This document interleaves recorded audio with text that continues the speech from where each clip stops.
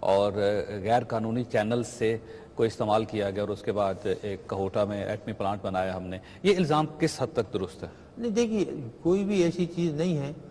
بیچنے والے تھے مغربی ممالک کے لوگ، وہ خود ہی بھیجتے تھے، خود ہی طریقہ کار بتاتے تھے. وہ کہتے کیونکہ حکومت اب پاکستان کے اوپر تھوڑا سا کنٹرول کر رہی ہے، تو آپ ایسا کیجئے کہ وایا دبئی منگا لیجئے، یا وایا قطر منگا لیجئے، یا بحرین منگا لیجئے. تو اس طریقے سے ہم ادھر ادھر سے منگاتے تھے. بہت سی چیزیں جو اتنی اہم نہیں تھیں وہ ڈائریکٹ بھی منگاتے تھے. سب کے لیے باقاعدہ لیٹر آف کریڈٹ کھولے جاتے تھے. تو ایسی کوئی بات نہیں کی کہ اسمگل کیا یہ کیا وہ کیا. اچھا، وہ کمپنی کون سی تھی جن سے آپ نے یہ سارے اکوپمنٹ لیے؟ جرمن تھی، برٹش تھی، امریکن تھی، یہ فیلڈ مختلف کمپنی؟ یہ لمیٹڈ اسپیشلائز فیلڈ ہوتی ہے، اس میں بہت کم کمپنیاں کام کرتی ہیں. تو ایک دو جرمن کمپنیاں تھیں، دو سوئس کمپنیاں تھیں، ایک دو فرینچ کمپنیز تھیں، ایک دو برٹش کمپنیز تھیں. تو جو سامان تھا خاص طور سے نیوکلیر ریلیٹڈ وہ جرمن اور سوئس کمپنیز بناتی ہیں. اور یہ کیونکہ میں اچھے عہدے پر تھا، ان تمام کمپنیوں کے جو سینئر لوگ تھے، پریزیڈنٹ، وائس پریزیڈنٹ، ان سے میرے ڈائریکٹ تعلقات تھے. تو وہ جب میں یہاں آیا تو وہ تعلقات برقرار تھے، اور ہمارا ایک طرح کا کانفیڈینس بلڈنگ تھی بہت. وہ مجھ پہ ٹرسٹ کرتے تھے. لیکن کیجیے اگر کوئی پاکستانی ہوتا ہے نا، رتی برابر بھی کام نہیں کر سکتا تھا، ان سے سامان بھی نہیں لے سکتا تھا، وہ ٹرسٹ نہیں کرتے. اچھا، شروع میں جو ہم نے یورینیم لی اس کو انرچ کرنے کے لیے، وہ کہاں سے خریدی؟ باہر سے خریدی گئی تھی یا پاکستان سے نکالی؟ نہیں، ایک تو یہ کہ یہاں پہ جب کام ہو رہا تھا تو بہت دیر لگ رہی تھی. تو اس وقت ہم نے چائنا سے 10 ٹن UF6 لی تھی نیچرل، تاکہ کم از کم اپنا کام شروع ہو جائے. اس کے بعد پھر یہاں سے پاکستان سے ڈیرہ غازی خان وغیرہ سے نکلنے لگی، بغل چور نگا بغل چور سے، اور پھر وہیں سے UF6 بننے لگی، وہ ہم استعمال کرنے لگے. آج ہم پاکستانی یورینیم استعمال کر رہے ہیں یا باہر سے منگوا رہے ہیں؟ نہیں، پاکستانی استعمال کرنا. اور وہ ہمارے لیے کافی ہے؟ وہ فی الحال تو کافی، ویپنز کے پروگرام کے لیے تو کافی ہے. ٹھیک ہے. اور اگر ہم بجلی پیدا کرنا چاہیں تو اس کے لیے بھی وہ کافی بھی ہو سکتا ہے. دیکھیے انرچ یورینیم جو ہے نا، وہ تو صرف 3% چاہیے آپ کو ریئیکٹر کے استعمال کے لیے، فیول بنانے کے لیے. اور وہ تو ہمارے لیے بالکل ہاتھ کا ایسا کھیل ہے چٹکی بجانے کا. ہم تو 90% انرچ کرتے ہیں، 95% انرچ کرتے ہیں. اچھا، جتنے سائنٹسٹ تھے جنہوں نے مدد کی آپ کی سارے پروجیکٹ کے دوران، وہ پاکستانی تھے؟ اور یہیں سے لیے آپ نے سارا ٹیلنٹ؟ سب پاکستانی، میں نے یہیں سے بھرتی کیے. ٹھیک ہے. دو تین لوگ تھے پاکستانی جو باہر تھے، ان کو بلا لیا تھا، لیکن وہ نیوکلیر فیلڈ کا ایکسپیرینس نہیں تھا، اچھے انجینئر تھے تو ان کو بلا لیا تھا. تو آپ نے خود ہی ٹرین کیا سب کو؟ جی ہاں، خود ہی ٹرین. کتنی ٹیم تھی ڈاکٹر صاحب آپ کے ساتھ اس وقت؟ دیکھیے، بعد میں تو جب پورا پلانٹ بن گیا، میزائلیں بننے لگی، تو ہمارے پاس 10,000 کی اسٹرینتھ تھی. لیکن اس میں جونیئر اسٹاف بہت ہوتا ہے، اور سیکورٹی کا بہت بڑا اسٹاف تھا. ہمارے پاس جو سائنٹسٹ، انجینئرس، ڈاکٹرس وغیرہ تھے، میڈیکل کے سب، وہ 2,000 تھے ٹاپ کے. اور اس کے اندر جو کہیے سائنٹسٹ انجینئر تھے وہ تقریباً 200 کہہ لیجئے، اور جو PhD وغیرہ تھے وہ ہوں گے 20 ایک. تو یعنی اتنے کم لوگوں سے آپ نے اتنا بڑا کمال کیا آپ نے. اور ہم لوگوں کی جو تنخواہیں تھیں وہ یہ کہ مجھے 3,000 روپے ملتے تھے ماہانہ. جی ہاں. اور ان لوگوں کو جب میں آیا تو 6 مہینے کے بعد پہلی تنخواہ 3,000 روپے ملی. اور جو دوسرے لوگ تھے ان کو بھی بیچاروں وہی 2,500 3,000 روپے ملتے تھے. میں نے کبھی ان سے زیادہ تنخواہ نہیں لی. میں نے انکار کر دیا تھا صاحب کہ جی میں ان سے کوئی زیادہ تنخواہ نہیں لوں گا. نہ ہی کوئی میں نے فائدہ لیا، نہ کبھی 1 گز زمین لی، نہ کبھی 1 روپیہ ایکسٹرا لیا. ٹھیک. اچھا، چائنیز نے شروع میں ہماری ہیلپ کی، اور کہا جاتا ہے کہ پاکستان نے بعد میں چائنیز کی ہیلپ کی، اور دونوں ملکوں نے مل کے یہ پروجیکٹ مکمل کیا. یہ کہاں تک درست ہے یہ بات؟ مغربی ممالک تو بہت پروپیگنڈا کرتے ہیں. ہمارے ان سے بہت اچھی دوستی، بڑے اچھے دوست ہیں. کچھ سامان وغیرہ خریدنے میں انہوں نے ہماری مدد کی. کچھ سامان وہ چاہتے تھے وہ ہم نے خرید کے دے دیا. اس قسم کی جو کوآپریشن رہی شروع سے پاکستان کی، جب سے تعلقات ہوئے، کہ اگر ان کو کوئی چیز باہر سے نہیں ملتی تھی تو پاکستان کے تھرو منگا لیتے تھے، اگر ہمیں نہ ملتی تھی تو ہم ان کے تھرو منگا لیتے تھے. یہ اس قسم کا تعلق. اچھا، اس بم کے بارے میں یہ بھی کہا جاتا ہے کہ چائنیز ماڈل ہے، چھوٹا بم ہے. جو یورپ کا یا دوسرے بمس ہیں اس کا سائز بڑا ہوتا ہے، اور یہ کیونکہ فٹ بال سائز کا ہے، یہ چھوٹے سائز کا ہے، تو یہ ہم نے چائنیز سے مدد لی، اور یہ چائنیز ماڈل اس بم کو کہا جاتا ہے. ہر چیز کی ہوتا ہے نا.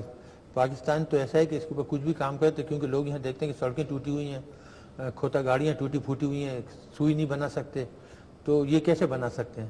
تو کہیں نہ کہیں سے گدوں کو بنا لیا. پہلے تو یہ مذاق اڑاتے تھے، جب ان لوگوں کو پتہ لگا. دیکھیے ان کی جو وہ تھی نا خوش فہمی، اسی نے ان کو مروایا. یہ سوچتے تھے کہ پاکستان جو سوئی نہیں بنا سکتا، یہ ایٹم بم کیسے بنائے گا. تو انہوں نے خوب کھول کے سامان بیچا، اور ان کے لوگوں نے یہ کہا کہ یہ سامان جا رہا ہے، یہ بکسوں میں ہی پڑا رہے گا، سڑ جائے گا، یہ اس کو کھول بھی نہیں سکتے، اس کو آپریٹ بھی نہیں کر سکتے. یہ ان کی خوش فہمی تھی جس نے ان کو مار وہ دیا. اپنی طرف سے لوٹتے رہے آپ کو، لوٹتے رہے، وہ سمجھتے تھے ہم پیسے کما رہے ہیں. بعد میں پتہ چلا کہ وہ لٹ گئے ہیں. جی ہاں بالکل. اچھا ڈاکٹر صاحب یہ بتائیے گا کہ ہمارے نیوکلیر پروگرام جو وہ بڑا متنازع رہا، بہت عرصے تک متنازع رہا، اور یورپین ایسے لگتا تھا کہ وہ دور بھی لگا کہ پاکستان کے اوپر بیٹھے ہوئے جو آپ کی موومنٹس ہوتی تھی اس کو مانیٹر کیا جاتا تھا، ریکارڈ رکھا جاتا تھا. بعد میں آپ کے اوپر یہ بھی الزام لگا کہ آپ نے کچھ اور ملک جس میں لیبیا کا حوالہ دیا گیا، بعد میں صدام حسین عراق کا حوالہ دیا گیا، ایران کے بارے میں کہا گیا کہ آپ نے جو نیوکلیر سائنس ہے آپ نے ان کو سمگل کیا، ان کو دیا، ان کو سپورٹ کیا. یہ الزام کس حد تک درست ہے؟ لیکن اس سے پہلے میں ایک بریک لوں گا، بریک کے بعد آپ کی طرف آؤں گا. چھوٹی سی بریک کے بعد واپس آئے. پروگرام میں دوبارہ خوش آمدید. ڈاکٹر عبدالقدیر خان صاحب ہمارے ساتھ تشریف رکھتے ہیں، اور ظاہر ہے پاکستان کو بم کا جو ایٹمی بم کا اور اٹامک پاور کا جو تحفہ دیا اس میں ڈاکٹر صاحب کا بہت بڑا حصہ ہے، اور اس کو تسلیم نہ کرنا بہت زیادتی ہوگی. ڈاکٹر صاحب آپ کے اوپر جتنے الزامات لگے کہ آپ نے ٹیکنالوجی ایکسپورٹ کی، سمگل کروائی گئی، دوسرے ملکوں کو دی گئی، کہ کس حد تک درست ہے یہ بات؟ دیکھیے جو پروپیگنڈا جب ہو نا، اور ہم تو مسلمان ایسے ہیں کہ ہر شخص ہی ہمارے کو ڈنڈا مارتا ہے. وہ جو کہاوت ہے نا کہ whoever wants to beat a dog can always find a stick، تو یہ وہ برداشت ہی نہیں کر سکے آج تک وہ قیامت تک کہ ایک پاکستان ایک مسلمان ملک ہو کہ اتنا بیکورڈ ملک ہو کہ نیوکلیر پاور بن جائے گا، اور آج تک وہ سوال نہیں کر سکے، اور روز نئے الزامات لگاتے ہیں.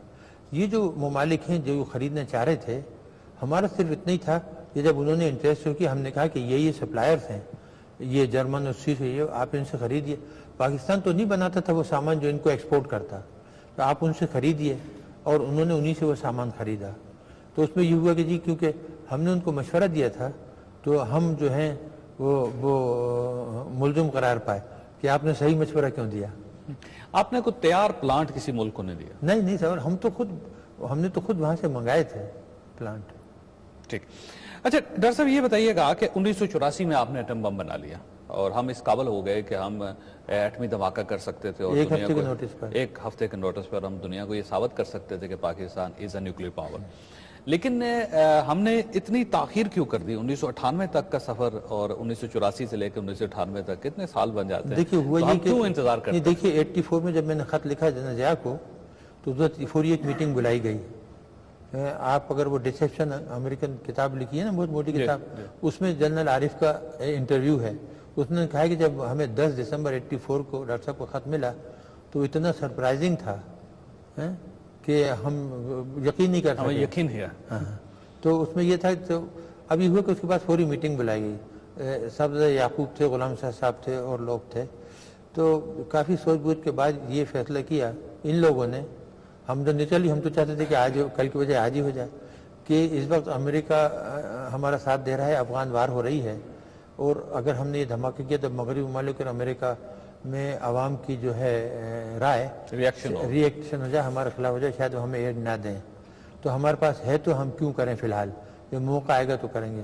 اب جنرل ضیاء کے انتقال کے بعد بے نظیر آئیں، انہوں نے تو کبھی ذکر ہی نہیں کیا. کوئی آپ نے بے نظیر صاحبہ سے کہا تھا کہ آپ جی ان کو پتا تھا، سب پورا بریف کیا تھا. آپ نے بریف کیا غلام صاحب کے دفتر میں. اچھا اس کے بعد میاں صاحب آئے، ان کو بھی پتا تھا. آپ نے ان کو بھی بتایا؟ بریف تو کرتے تھے نا ہم کو. تو اس کے بعد پھر بے نظیر آئیں، پھر بھی کچھ نہیں ہوا.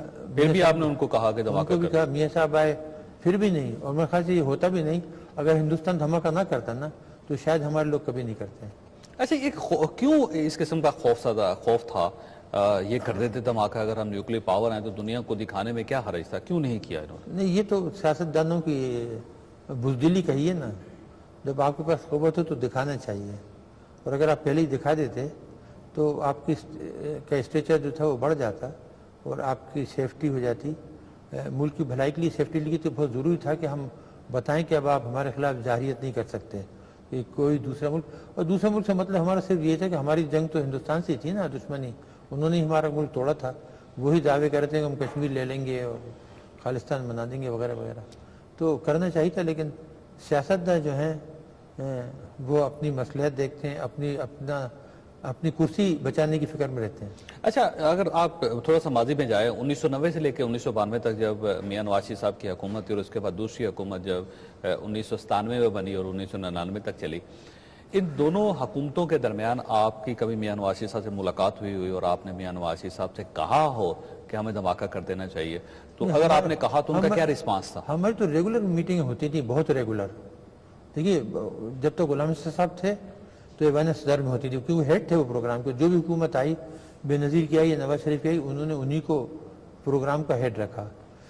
جب بے نظیر آئی سیکنڈ ٹائم تو جنرل وحید کاکڑ نے انہیں شک ہوا کہ یہ سیکورٹی رسک ہے، کیونکہ انہوں نے وہ خالصتان وغیرہ کی جو لسٹ تھی جو مشہور ہے کہ جنہوں نے ہندوستان کو دے دی تھی، تو اس وجہ سے ان کو رسک کا خطرہ ہوا کہ سیکورٹی رسک ہے اور ممکن ہے کہ امریکہ وغیرہ کو نہ بتائیں یہ.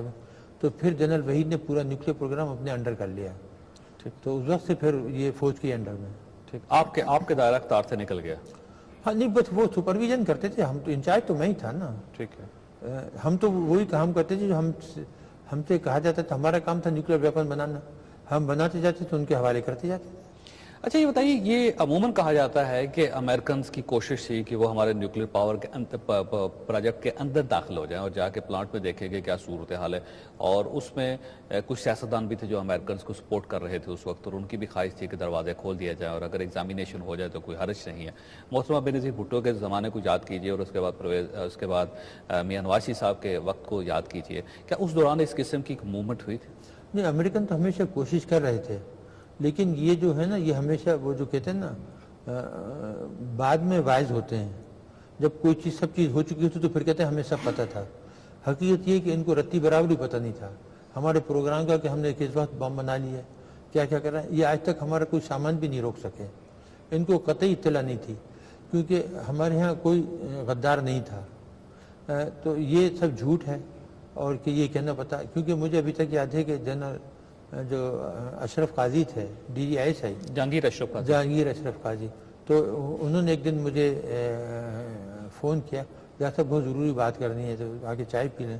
تو میں گیا تو انہوں نے کہا کہ خط رکھا تھا ان کے پاس، کہ جو سی اے کے یہاں ہیڈ تھا اس نے ان کو خط لکھا تھا کہ جی ہمیں پتہ لگ گیا ہے کہ اب آپ نے ابھی ریڈ لائن کراس کر لیا. ریڈ لائن کا ان کا مطلب یہ تھا کہ آپ نے 20% سے زیادہ بڑھا لیا ہے اور یہ کہ اب آپ اس میں داخل رہیں.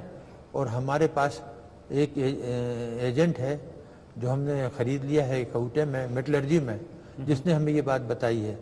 تو میں نے مسکرا کے ان سے کہا کہ یہ بات ان کے پاس کوئی 8 سال بعد نہیں پہنچی، کیونکہ ریڈ لائن تو کراس کر چکے تھے ہم 82 میں، 83 میں تو ہم بنا رہے تھے.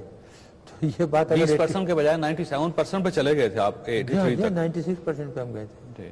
اس کا مطلب یہ تھا کہ امریکنز کو انفارمیشن اتنی نہیں تھی. نہیں، جھوٹ بولتے ہیں. ڈاکٹر صاحب میں بریک لوں گا اور بریک کے بعد آپ کو لے کے آؤں گا 28 مئی 1998 کی طرف، کہ جب ایٹمی دھماکہ ہو رہا تھا اور اس وقت یوں محسوس ہو رہا تھا کہ پوری اسٹیٹ کی کوشش ہے، پوری حکومت کی کوشش ہے کہ اس میں ڈاکٹر عبدالقدیر کو شامل نہیں ہونا چاہیے کم از کم اس قسم کی تقریب میں جس میں پاکستان ایک نئے دور میں داخل ہو رہا تھا. وہ کیوں نہیں چاہتے تھے کہ ڈاکٹر عبدالقدیر صاحب کو یہ کریڈٹ دیا جائے؟ ایک چھوٹی سی بریک کو بریک کے بعد واپس آ رہے ہیں. پروگرام میں دوبارہ خوش آمدید خواصات. اگر آپ 28 مئی 1998 میں چلے جائیں اور اس وقت کو دیکھیں جب پاکستان ایٹمی دھماکہ کر رہا تھا اور ہم نیوکلیر پاور بننے کی کوشش کر رہے تھے، تو اس وقت یوں محسوس ہوتا تھا کہ ڈاکٹر عبدالقدیر صاحب کے خلاف کوئی کمپین کی جا رہی ہے اور یہ ثابت کرنے کی کوشش کی جا رہی ہے کہ اس بڑے پروجیکٹ میں جس میں پاکستان کو پرائیڈ بھی ملا، اس میں ڈاکٹر عبدالقدیر صاحب کا اتنا حصہ نہیں تھا. ڈاکٹر صاحب آپ محسوس کرتے ہیں کہ آپ کے خلاف اس وقت ایک کمپین ہو رہی تھی اور کون کر رہا تھا؟ دیکھیے میں آپ کو بتاؤں، بات کھلی لگی بری لگے گی. میں مہاجر تھا، میں نہ ایچیسین تھا، نہ میں راوین تھا، نہ میں جاٹ تھا، نہ یہ تھا نہ وہ تھا. تو لوگوں نے مجھے کبھی اس طریقے سے قبول نہیں کیا. صرف قبول اس لیے کیا جو محبت ہے لوگوں کی، میں نے یہ کام کیا. آج تک پاکستان میں کوئی ایسا شخص نہیں ہے جس کو یہ شک ہو کہ یہ کام میں نے نہیں کیا، وہ فارنرز ہوں یا لوکل ہوں. اور سب کو پتہ ہے، حکومت کو بھی پتہ ہے کہ اگر میں انریچمنٹ نہیں کرتا اور ویپن نہیں بناتا تو یہ کوئی بھی قیامت تک بھی نہیں بنا سکتے تھے. ابھی تک یہ وہی بیل گاڑی چلا رہے ہوتے، کشمیر ہاتھ سے چلا گیا تو شاید لاہور بھی چلا گیا ہوتا. تو یہ سب جو باتیں ہیں مجھے اس کی پرواہ نہیں. مجھے صرف یہی ہے کہ شاید یہ اس وجہ سے ہوا کہ میں سن آف دا سائل نہیں تھا، میری ان سے قربت نہیں تھی، میں منہ پھٹ آدمی ہوں، میں نے خوشامد کر کے یہ کوئی پوزیشن حاصل نہیں کی تھی. میں نے تو جب دیکھا میں باہر تھا، بہت اچھی پوزیشن پہ تھا، اعلیٰ میرا مستقبل تھا، کہ جب ملک کو ضرورت پیش آئی اور میں یہ کام کر سکتا تھا، میں نے خود غرضی کا اظہار نہیں کیا. میں نے یہ نہیں سوچا کہ جی میں یہیں بیٹھوں، مجھے کیا پڑی ہے، یہیں سے بیٹھ کے تھوڑی سی مدد کر دو، کاغذ بھیج دو، کرتے ہیں تو کریں ورنہ جہنم میں جائیں. نہیں، ہم نے اپنی کشتیاں جلا دی، یہیں آ گئے اور اس کے بعد ہم کہیں نہیں گئے. ویسے میں تھوڑا سا ڈس ایگری آپ سے کروں گا کہ پاکستان میں 18 کروڑ لوگ ہیں اور اس میں بہت لوگ نوٹیبل بھی ہیں. 50 لاکھ کے قریب ایسے لوگ ہوں گے جن کو اس پوری قوم میں جانا جاتا ہے، پہچانا جاتا ہے. لیکن ڈاکٹر صاحب اس 18 کروڑ لوگوں میں محسن پاکستان صرف ایک ہی ہے، اور اس ملک کا ہر شخص، وہ بچہ ہو یا بوڑھا ہو، آپ کا احترام کرتا ہے، اور اس نے کبھی یہ نہیں سوچا احترام کرتے ہوئے کہ آپ مہاجر ہیں یا آپ پشتون نہیں ہیں یا پنجابی نہیں ہیں. آپ کو پاکستان سمجھا جاتا ہے، آپ بیسیکلی پاکستان کی توقیر بھی ہیں اور پاکستان کی عزت بھی ہیں، اور جب تک یہ ملک رہے گا آپ کا نام رہے گا. ڈاکٹر صاحب یہ تو آپ نے بالکل صحیح کہا، یہ تو آپ نے صحیح کہا کہ جو ہمیں جو سکون ہے اور جو ہمارا ضمیر مطمئن وہ یہی ہے کہ دو چیزیں. ایک تو یہ کہ میں نے جو اپنا فرض ادا کرنا تھا، ڈیوٹی کر سکتا تھا، میں نے ادا کر دیا اور اللہ تعالیٰ نے رہنمائی فرمائی، اس میں کامیابی حاصل. دوسری کہ جو عوام کی محبت ہے، آپ اس میں 2-4 ہزار نکال دیجئے، لیکن پورا ملک جو ہے وہ محبت کرتا ہے. مجھے پتہ ہے، اس کا اظہار ہوتا ہے جب میں باہر نکلتا ہوں، کہیں بازار چلا جاؤں، کہیں بھی چلا جاؤں، وہ محبت مجھے. لیکن حکمران طبقہ جو ہے وہ ان کے لیے میں خطرہ ہوں، سمجھے، کیونکہ میں منہ پھٹ آدمی ہوں، میں غلطیوں کی طرف اشارہ کر دیتا ہوں، میں ٹونک دیتا ہوں. کیونکہ میں یہاں نوکری ڈھونڈنے نہیں آیا تھا، میں خوشامد کرنے نہیں آیا تھا کہ مجھے کسی قسم کا عہدہ مل جائے یا میں کہیں اوپر چڑھ جاؤں یا مجھے زمین مل جائے. میں نے اسی لیے اس پورے عرصے میں 25 سال کے عرصے میں 1 گز زمین نہیں لی، 1 روپیہ نہیں لیا. اور جب میں ریٹائر ہوا 25 سال کی سروس کے بعد تو میری پینشن تھی 4,467 روپے. آج کتنی ہے؟ 25 سال کے بعد اس وقت 25,000 ہے.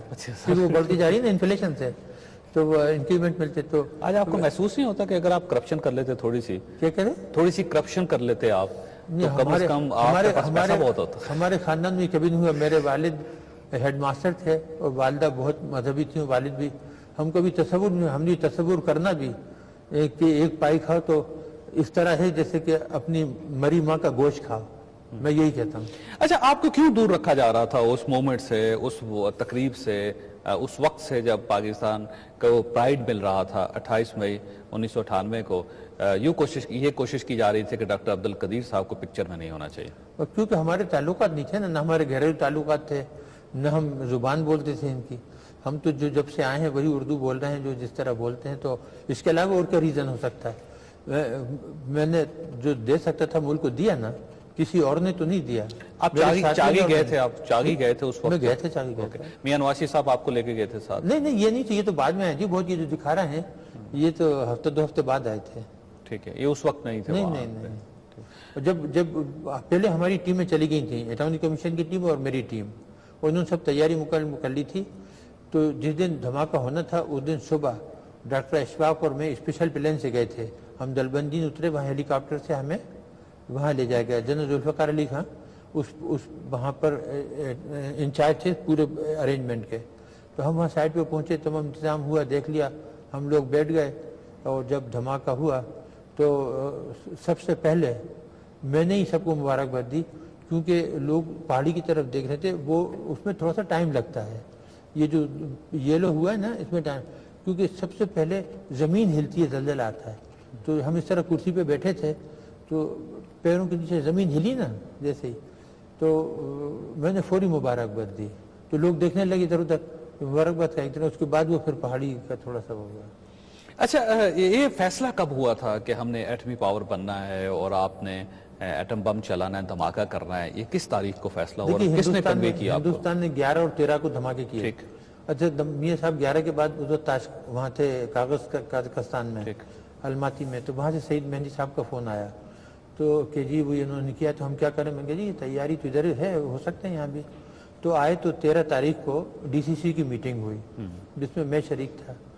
گوھر ایوب صاحب تھے اور تینوں سروسز چیف تھے، اور انور ظاہر صاحب تھے، سعید مہندی صاحب تھے، چودھری شجاعت تھے. یہ لوگ ہم سب لوگ تھے. یہ فیصلہ کیا کہ کیا کیا جائے.